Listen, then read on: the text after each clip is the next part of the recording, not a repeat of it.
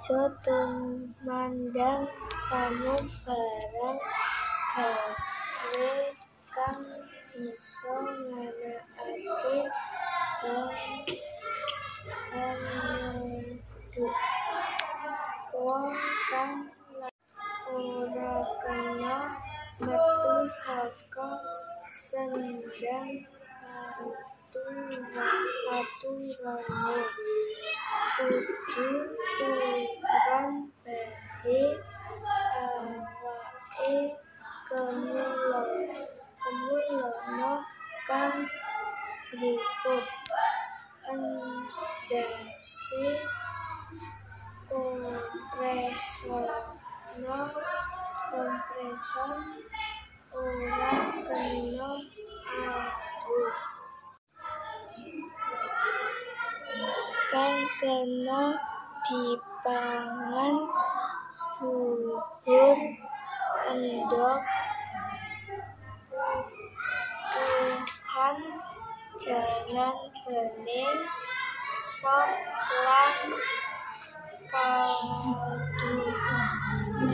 Yen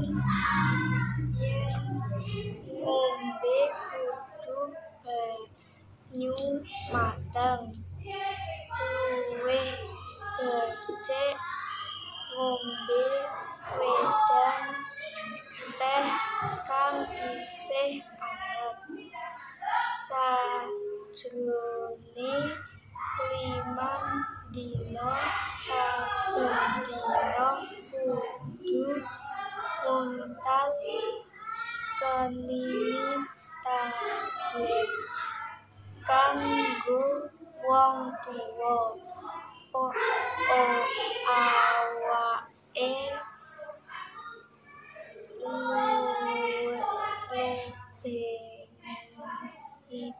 itelu.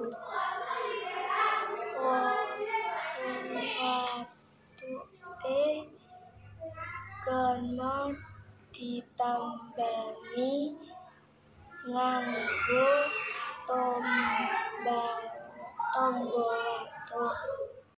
Ana saminggu kira-kira awake wis kuwat, kena metu saka ing omah, nanging ora kena cucul klambi.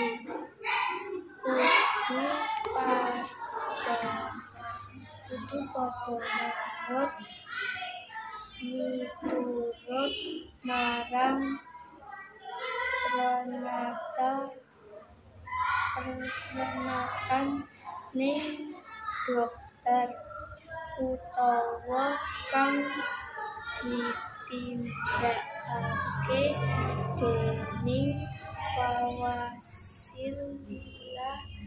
kayata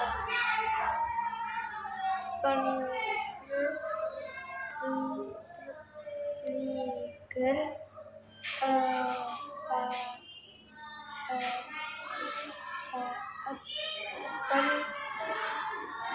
wadana utawa pulisi desa.